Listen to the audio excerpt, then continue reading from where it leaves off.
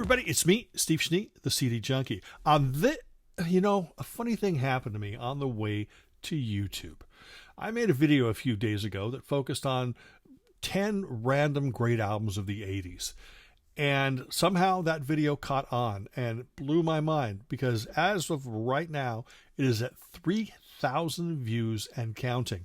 Those are mild numbers compared to, influencers and YouTubers, in the VC vinyl community. But for me, it's a pretty big deal. And luckily, because of that, I gained over 100 new subscribers, putting me over 2,000 subscribers. Oh, goodness gracious. Thank you so much for everyone that has ever put faith in me and my channel to click that like. And hopefully you click the bell so you get notifications of all the videos. So because of this influx of new subscribers, especially over the last year, I thought I'd make a new introduction video and introduce myself and what I'm doing here on my channel. This is, a CD Junkie channel. I call myself the CD Junkie. As you can tell, I have plenty of CDs, stacks, shelves, boxes that you don't see, boxes over here you don't see, shelves elsewhere you don't see. But it's not really the format that I'm talking about. That's my format of choice. I buy CDs. I bought vinyl for the first 27 years of my life, and I've spent the last 33 years of my life buying CDs. So I don't intend to go back because A, I'm broke. I don't even live in a house. These are walls built of CDs. And, well, not really, but it'll probably get to that point. But it's the music that really, really grabs me. And what my channel is it's created to maybe get someone else excited about the music that I love so much. It's not about me. It's about the music. It's not about the format. It's about the music. And it's about us communicating. So I talk, and if you choose to listen and watch the video and then listen to the medleys that I play within the body of the video, then I am so appreciative. And thank you very much for taking the time, for spending that time with me. My favorite band of all time is the Beatles, bar none. Nobody comes close.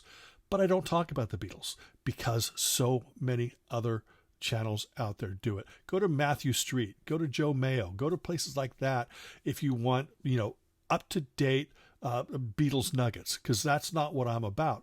I would love to tell you about the Beatles, but I would just be doing that to get clicks and to get subs. And that's not really what I'm all about. I love to get subs and I love to get views. And the reason is because it gives me the opportunity to share the music with more people. I do interviews on my channel. I have a show called Beach Blanket Fort Bingo. Most of the shows are co-hosted by Ronnie Barnett from the Muffs, but some of the shows I do on my own as well. It just depends on time. And I interview artists, and we talk about the music. We talk about the latest album that's coming out, or maybe their catalog, and I feature little sound bites throughout. It's such a wonderful, fun thing to do because I introduce you, the viewer, to these artists that you may not be familiar with, and I introduce who they are, and it's exciting. And the more subs I have, the more views I get, the more exposure these artists get. And when I talk about certain bands, the more subs, the more views means the more exposure for the artists. That's really what it's all about. Like I said, it's not the format. It's not me. It's the music and it's the artists. That's what I'm here for, to promote these wonderful, great musicians, songwriters. It's absolutely fun. But about me, I have actually been way into music since I was a tot, maybe even an infant. My parents used to tell me that they put me and my brother in front of the TV set in 1966, when the Monkees was on, and they knew that for those 30 minutes, it was the only time that they knew that they didn't have to keep an eye on us, because we were getting into trouble, every which way but loose.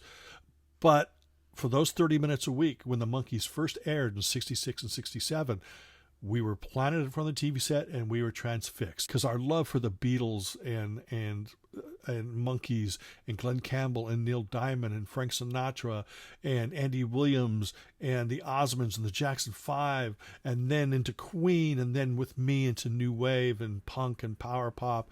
And over the years, all I wanted to do was share that excitement. So I've had stints on KUCI in Irvine, which is a radio station based out of LA. It's a college radio station.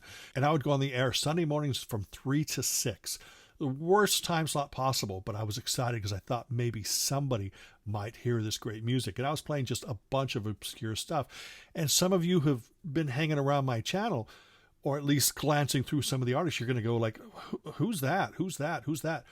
That's the reason I'm here, is to introduce you to these artists because I love this music so much. And I believe that this music demands more exposure. So if I'm going to be the only one up here talking about it, then so be it. But I hope that there's somebody that's going to stop by and give it a listen. Now, I started, some may say that I'm a music journalist. I know people have scoffed at that, but other people have said, wear that proudly. I started writing about music in like junior high school and high school, for the high school newspaper. I remember even reviewing a Split Enz concert for the school newspaper in my senior year, as well as reviewing the Jam sound effects album and Madness and all this great, wonderful music. But I really didn't get too much more into writing until I worked for Abbey Road Distributors, and then I started writing a weekly column for them.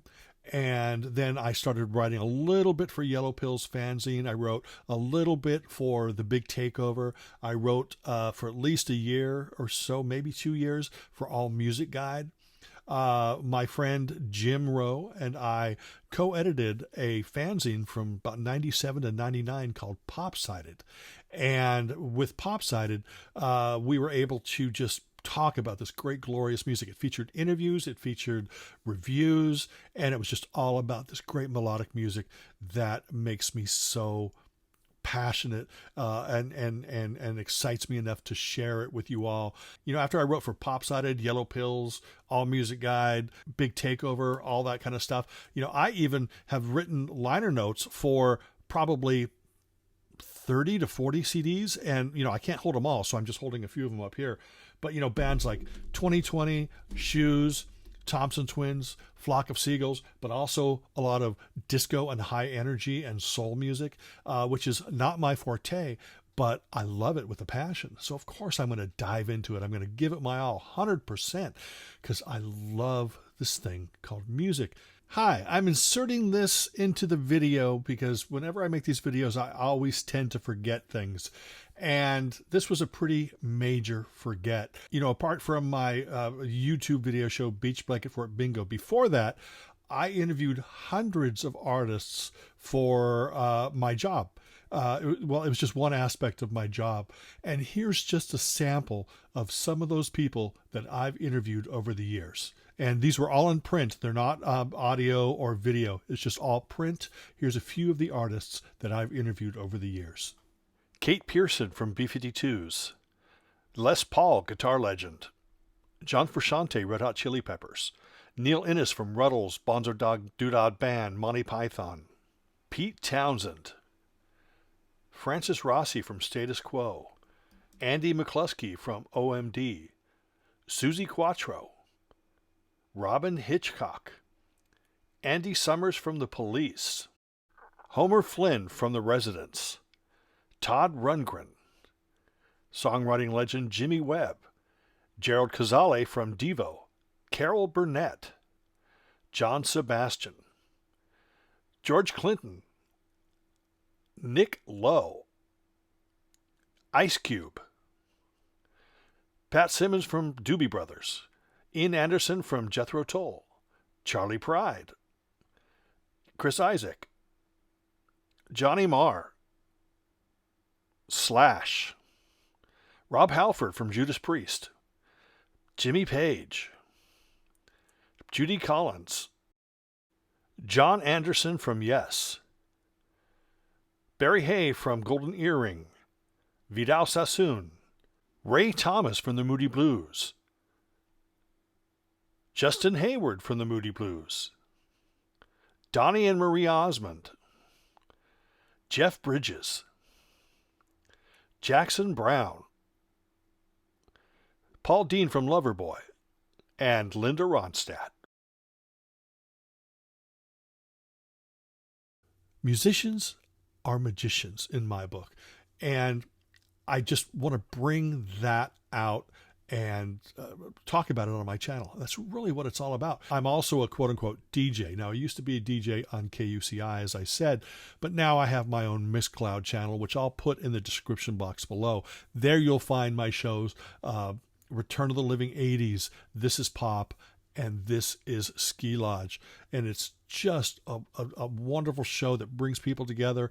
It's sunshine pop, easy listening, lounge music from the basically the 60s and the 70s, but I do go back to the 50s, but I only go up to 1974. So anything from 1974 onwards, you're not going to hear on Ski Lodge. Just music that, you know, reminds you of having a barbecue with your family back in the late 60s, early 70s, and just loving life, a more innocent time, an innocent age. And I get around 50 people showing up every week. Not a lot of numbers, but they're dedicated, they're friendly, they're great people. And I've met a lot of great people here on the tubes of you who have been so kind to me, and I would not still be here doing this if not for them. So I really thank you all, and these people know who they are. But anyway, I got to stop talking. I want you to go back and listen to the music. I want you to go back and watch your favorite videos, either on my channel or somebody else's channel. I appreciate you just spending any time with me at all. It's just a wonderful feeling to know that I've connected with some people. I'm not going to make money on this channel. I wish I could. But you know what? As long as I can get somebody excited and passionate enough to check out an artist or an album, then my job is done here. And this video is done here for now. So I want to say thank you again to everybody for getting me up over 2,000 subscribers. I hope you stick around. I hope you're not disappointed. And I hope that you remember to like, comment, share, subscribe, ring that bell for future notifications. And until the next time, remember me. I'm Steve Schnee, the CD Junkie.